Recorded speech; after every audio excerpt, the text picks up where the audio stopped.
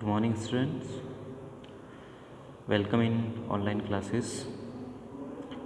Dear student, today we'll continue our chapter number second. In last class, we discussed harmful microorganism. So, in this topic, we discussed disease-causing microorganism. तो disease causing micro organism humans और इसके अंदर अपने जो है communicable disease और के बारे में डिस्कस कर रहा था। नेक्स्ट देखिएगा इसके अंदर today's our topic food poisoning. तो ये भी माइक्रो ऑर्गेनिज्म का हार्मफुल इफेक्ट ही है।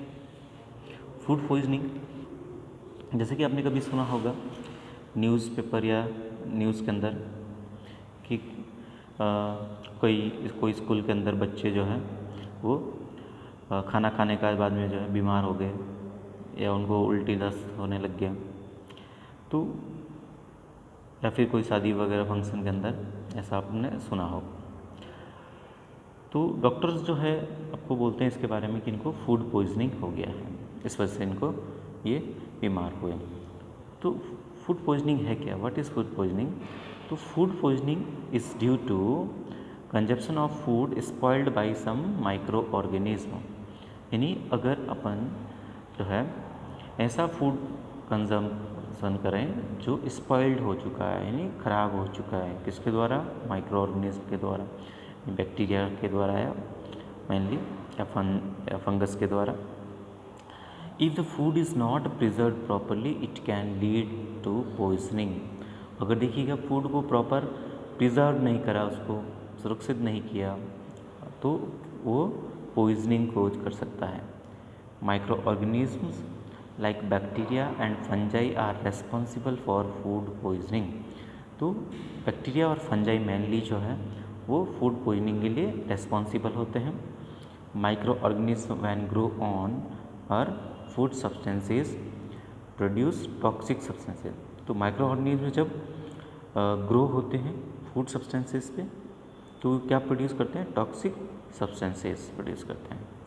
These make the food poisonous causing vomiting, serious illness और इवन डेथ।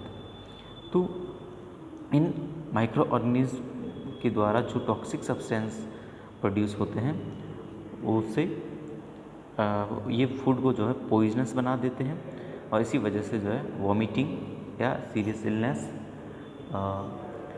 या फिर जो है डेथ भी हो सकता है। Food hygiene is the essential for preventing the food poisoning. तो इसलिए फूड का जो है हाइजीनिक यानी साफ़ सुथरा उसको सही से पैक करके रखना बहुत ज़रूरी है। बैक्टीरिया कोजिंग फूड पॉइजनिंग आज देखिए अब मेनली कौन कौन से बैक्टीरिया जो है फूड पॉइजनिंग करते हैं, तो साल्मोनेला और clostridium. Fungi causing food poisoning, तो इसके अंदर आता है मोल्ड्स लाइक एस्परजिलस और पेनिसिलम।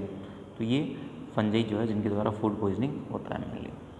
अब देखिएगा फूड पॉइजनिंग को बचाने का जो तरीका है वह फूड प्रिजर्वेशन। तो प्रॉपर मेथड ऑफ प्रिजर्वेशन अगर अपन यूज़ करेंगे तो फूड का पॉइजनिंग से अपन बचा सकते हैं। तो जैसे कि अपन चैप्टर फर्स्ट के अंदर अपन ग्रेन्स को स्टोर करने का जो है मेथड वहाँ पे देखे थे, तो अब अपन समझते हैं अगर अपने को कुक्ड फूड जो है उसको प्रिजर्व करना है अपने घर में तो कैसे करेंगे इसको। तो देखिएगा जैसे कि अपन कोई ब्रेड है उसको वो मॉइस्ट कंडीशन के अंदर अगर उसको रख दें तो कुछ दिनों के अंदर उसको जो है फंगस ग्रो हो जाता है। तो माइक्रो ऑर्गेनिज्म जो है वो अपने फूड को स्पॉइल करते हैं और स्पॉइल फूड आइटम से जो है बैड स्मेल और बैड जो है टेस्ट एंड ऑर्डर इसके अंदर आता है, इसका कलर चेंज हो जाता है। तो अपन इसको जो है रेफ्रिजरेटर के अंदर रख के जो है इसको बचा सकते हैं। तो अपन रेफ्रिजरेटर में क्यों रखते हैं? तो रेफ्रिजरेटर जो है वो फूड को जो है आपका प्रिजर्व करने का काम करता है, ठीक है। This food item is kept at the room temperature start. अगर अपन फूड आइटम को जो है अपने रूम टेम्परेचर पे ही रख दें तो ये फाउल स्मेल यानी गंदी स्मेल प्रोड्यूस करना स्टार्ट कर लेंगे थोड़े टाइम बाद में, या दूसरे शब्द में बोलेंगे one in other word the food gate spoiled, यानी फूड क्या हो जाएगा अपना स्पॉइल्ड हो जाएगा, ख़राब हो जाएगा, and become unfit for consumption, और वो जो है कंजप्शन के लिए अनफिट होगा। तो spoilage of cooked food take place because the action of micro organism like bacteria and fungi. तो फूड का जो स्पॉइलेज होता है वो किस वजह से होता है, माइक्रो ऑर्गेनिज्म, बैक्टीरिया और फंजाई की वजह से। देखिएगा अगर फूड स्पॉइल्ड होता है तो उसके अंदर आपको क्या क्या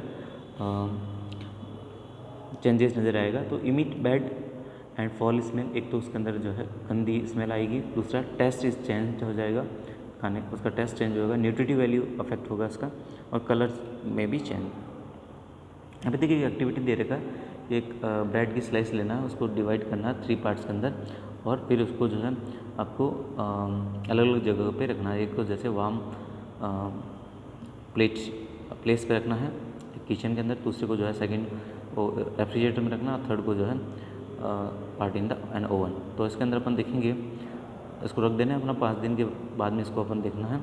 तो ऑब्ज़र्व करेंगे आप इसके अंदर, तो जो पीस अपने जो किचन के अंदर रखा वहाँ पे उसको उस ब्रेड पीस के ऊपर आपको फंगस ग्रो करती हुई नज़र आएगी, बाकी के अंदर फंगस ग्रो नहीं होती। इसका मतलब जो है वहाँ पे या तो टेम्परेचर हाई है या टेम्परेचर लो है, यानी रेफ्रिजरेटर में रखा है उसके अंदर टेम्परेचर लो है, और ओवन के अंदर टेम्परेचर हाई होने की वजह से इसके अंदर ग्रो नहीं होगा कोई भी fungus. Food preservation is the answer to prevent the spoilage. तो फूड प्रिजर्वेशन के द्वारा जो है अपन फूड के स्पॉइलेज ख़राब होने को बचा सकते हैं। There are many advantage of preservating food. तो फूड को प्रिजर्व करने के बहुत सारे एडवांटेज है। इसके पहला जो फ़ायदा ये होगा, तो फूड का जो वेस्टेज है वो रिड्यूस हो जाएगा और फूड जो है वो ख़राब नहीं होगा। Increase the storage period of the food stuff, और फूड को ज़्यादा टाइम तक अपन स्टोर कर सकते हैं। न्यूट्रिटिव वैल्यू वापस जो है वो रिटेंड होती है फॉर लॉन्गर पीरियड, और ensure the food availability in the distance place during the off season. दूर जगह पे भी अपने को कोई फूड भेजना है तो वो भी अपन प्रॉपर ढंग से उसको पैक करके प्रिजर्वेटिव ऐड करके इसको भेज सकते हैं। अब देखिए मेथड्स ऑफ फूड प्रिजर्वेशन की बात करते हैं, तो फूड को कैसे प्रिजर्व कर सकते हैं। पहला जो मेथड है इसके अंदर बाई साल्टिंग एंड शुगर, यानी शुगर और सॉल्ट का यूज़ करके अपन जो है फूड को प्रिजर्व कर सकते हैं। कॉमनली जो है वेजिटेबल्स को प्रिजर्व करने के लिए यूज़ करते हैं साल्ट और शुगर, या फिर जैम, जेलीज, पिकल्स को जो है प्रिजर्व करते हैं इसके द्वारा। तो जैम के अंदर शुगर यूज़ करते हैं, पिकल्स के अंदर सॉल्ट यूज़ करते हैं, ठीक है। इसके अलावा देखिए सॉल्टिंग जो है यूज़ होता है प्रिजर्व द रॉ मैंगो, आंवला, टर्मराइन, इनको भी जो है प्रिजर्व करने के लिए यूज़ होता है। इसके अलावा मीट एंड फिश को प्रिजर्व करने के लिए सॉल्ट यूज़ होता है। Sugar and salt remove the water from the cells. तो शुगर और सॉल्ट क्या करते हैं, जो लिविंग सेल्स होता है उसमें से वाटर को रिमूव कर देते हैं, तो जिससे माइक्रो ऑर्गेनिज्म का जो ग्रोथ है वो इनहिबिट हो जाता है या कम हो जाता है, इससे फूड स्पॉइलेज नहीं होता। नेक्स्ट सेकंड मेथड है ऑयल, बाई ऑयल या विनेगर एंड स्पाइसेस। तो ऑयल या विनेगर का यूज़ करके भी अपन कर सकते हैं, जैसे सॉल्ट एंड शुगर के अलावा जो है विनेगर और ऑयल का यूज़ करके अपन स्पाइसेस जो है, इसके अलावा spices are also use as the preservative. तो this preservative do not allow the growth of micro. तो ऑयल है, विनेगर है, स्पाइसेस, ये जो है माइक्रो ऑर्गेनिज्म के ग्रोथ को अलाउ नहीं करते हैं, thus help in preserving the food item. तो इसलिए ये फूड आइटम को प्रिजर्व करने के अंदर हेल्प करते हैं। नेक्स्ट है बाई हीटिंग। तो हीटिंग करने से भी क्या होगा कि जो जर्म्स होते हैं उसको किल हो जाते हैं। जैसे मिल्क है, तो मिल्क को अपन जो है घरों के अंदर जो है अपन बॉईल करके जो है इसको स्पॉइलेज होने से बचा सकते हैं, ठीक है। नेक्स्ट देखिएगा रेफ्रिजरेशन एंड फ्रीजिंग। तो अपन फूड आइटम को जो है रेफ्रिजरेट करके या फ्रीजिंग करके उसको अपन बचा सकते हैं, तो जिससे जो है माइक्रो ऑर्गेनिज्म का ग्रोथ होना कम हो जाता है, वो मल्टीप्लाई नहीं हो जाते, उसके अंदर मरते नहीं हैं लेकिन उनकी ग्रोथ रुक जाती है। तो रेफ्रिजरेटर के अंदर जो है वो फूड अपन जो है 5 डिग्री पे रखते हैं, जिससे फूड क्या होगा फ्रेश होगा कुछ दिनों के लिए। और फ्रीज़र के अंदर अपन फूड को प्रिजर्व करते हैं बिलो द -18 डिग्री पे। तो माइक्रोबियल एक्टिविटी से क्या हो जाएगा, जो है स्लो हो जाएगा, तो food can be preserve for many month. इस तरह से अपन फूड को बहुत टाइम तक बचा सकते हैं। अगर फ्रोजन फूड जो अपन यूज़ कर रहे हैं तो उसको जल्दी से पका लेना चाहिए फ्रीज में से बाहर निकाल के, क्योंकि ज़्यादा टाइम तक रखा रहेगा तो उसके अंदर माइक्रो ऑर्गेनिज्म जो है वो वापस एक्टिव हो जाएगा, उसको जो है स्पॉइल कर सकते हैं। नेक्स्ट है बाई स्मोकिंग। तो देखिएगा धुएं के द्वारा भी जो है अपन फूड आइटम को प्रिजर्व करते हैं by dehydrating the food item like meat and fish and their products. तो in this method the small pieces of fish और meat are dried with the heat and smoke of the smoke at fire light. तो इनके अंदर अपन mainly जो है meet को जो है जैसे फिश है और इनके प्रोडक्ट्स को जो है अपन प्रिजर्व करते हैं हीट करके और स्मोक का हेल्प से। नेक्स्ट है बाई सन ड्राइंग। अपन डायरेक्ट जो है सनलाइट की प्रेजेंस में फूड आइटम मटेरियल्स को जो है वो ड्राई करते हैं, तो जिससे वाटर जो है उसमें से रिमूव हो जाता है। जैसे वेजिटेबल्स है स्पिनिच, कलीफ्लावर, मेथी, तो ये जो है अपन ड्राई करेंगे इसके अंदर सनलाइट के अंदर, तो ये इनके अंदर डिहाइड्रेशन होगा और जिससे माइक्रो ऑर्गेनिज्म ग्रो नहीं हो पाते। और sun drying is the generally use in case of vegetable like spinach. तो सन ड्राइंग करने से जो है वो मॉइस्चर कम होने की वजह से बैक्टीरिया कोई भी माइक्रो ऑर्गेनिज्म ग्रो नहीं करेगा, जैसे कलीफ्लावर, मेथी को अपन सुखा के करते हैं। नेक्स्ट लेते हैं पाश्चराइजेशन। देखिएगा पाश्चराइजेशन मेनली मिल्क को प्रिजर्व करने के लिए किया जाता है। तो इस मेथड के थ्रू अपन पहले मिल्क को जो है हीट करते हैं 70 डिग्री सेल्सियस पे 15 to 13 मिनट, जिससे बैक्टीरिया किल हो जाते हैं। नेक्स्ट इसको फास्टली जो है वो कूल डाउन करते हैं ताकि जो है बैक्टीरिया ग्रो नहीं हो सके, और फाइनली जो है इसको लो टेम्परेचर पे स्टोर करते हैं। तो ये मेथड जो होता है उसको पाश्चराइजेशन बोलते हैं। तो this method is the called the pasteurisation. Pasteurisation kills the bacteria in milk and does not affect it's flavour. तो पाश्चराइजेशन से बैक्टीरिया जो है वो किल हो जाते हैं, उसके फ्लेवर पे कोई इफेक्ट नहीं पड़ता है। This process was discovered by Louis Pasteur. तो ये प्रोसेस जो है लुईस पाश्चर ने डिस्कवर करा था, पाश्चराइजेशन। नेक्स्ट लेते हैं by proper storage and packing. अगर अपन फूड आइटम को प्रॉपर जो है ढंग से पैक करें, जैसे अपन ड्राई फ्रूट्स है, वेजिटेबल है, इनको सील्ड एयर टाइट पैकेट्स के अंदर पैक कर देते हैं, तो इससे माइक्रो ऑर्गेनिज्म का जो अटैक नहीं होगा और इससे फूड का प्रिजर्वेशन हो सकता है।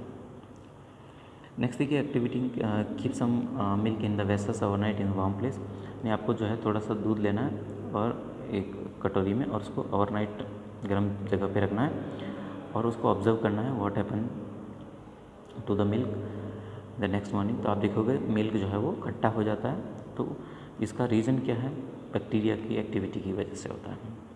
नेक्स्ट देखिएगा एक बेनिफिशियल रोल है बैक्टीरिया का, माइक्रो ऑर्गेनिज्म का।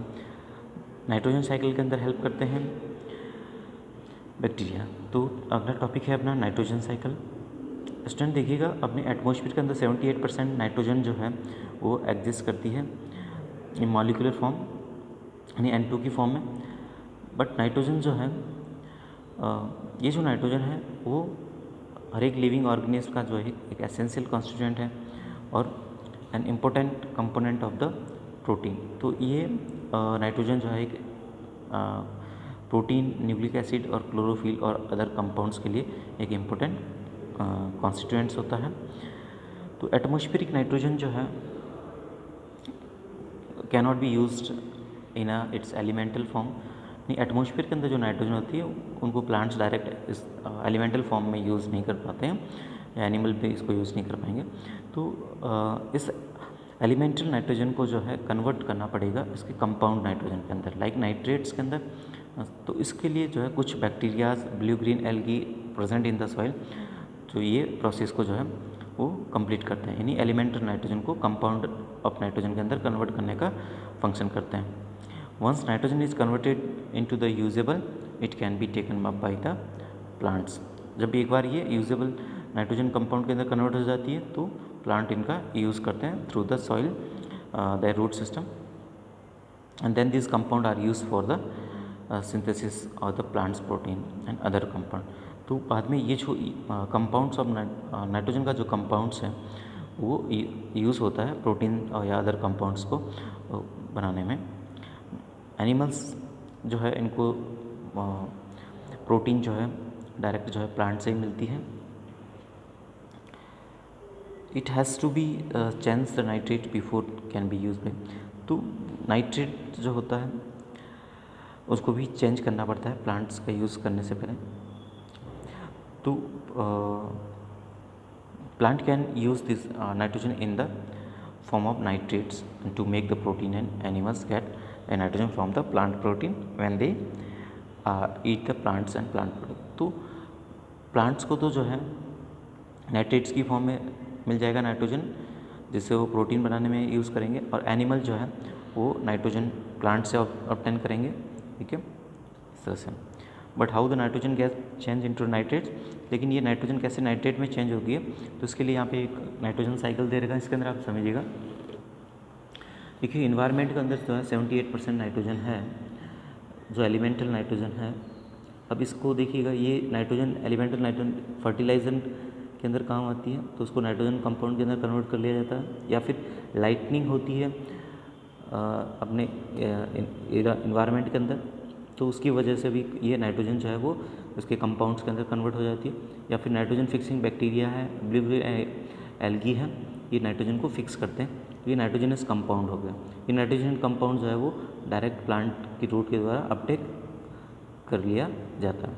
नेक्स्ट प्रोसेस हो सकती है कि एनिमल या ह्यूमंस जो है उनका जो द्वारा जो नाइट्रोजनस वेस्ट रिलीज होता है एक्सक्रीशन के थ्रू, या फिर उनकी डेथ के बाद में जो उनके बॉडी के अंदर प्रोटीन्स वगैरह हैं वो नाइट्रोजनस कंपाउंड के अंदर कन्वर्ट होते हैं, और ये प्लांट की रूट के द्वारा अपटेक हो जाता है। तो ये सेकेंड मेथड। नेक्स्ट देखिएगा, अब ये जो नाइट्रोजनस कंपाउंड है वापस ब्रेक होंगे, तो बैक्टीरिया इनको कन्वर्ट करते हैं नाइट्रोजन को, इसको गैसियस नाइट्रोजन में, और ये वापस इन्वायरमेंट के अंदर रिलीज होता है। तो इस तरह से ये पूरा साइकिल जो है वो कंप्लीट होता है। तो ये नाइट्रोजन साइकिल हो गया। इसके अलावा देखिएगा कुछ बैक्टीरियाज जो है, जैसे डिकेइंग बैक्टीरिया है, तो ये डेड एनिमल्स और प्लांट्स को जो है उसको जो है डिके करते हैं, और उसके अंदर रिलीजिंग अमोनियम कंपाउंड इंट्रोड्यूस, और हेल्प करते हैं रिलीज़ करने के लिए अमोनियम कंपाउंड या नाइट्रोजनस कंपाउंड को वापस सॉइल के अंदर। तो इस प्रोसेस को अपन बोलते हैं अमोनिफिकेशन। नेक्स्ट नाइट्रीफाइंग बैक्टीरिया की बात करें, तो नाइट्रीफाइंग बैक्टीरिया जो है वो नाइट्रोजन का फिक्सेशन करते हैं, यानी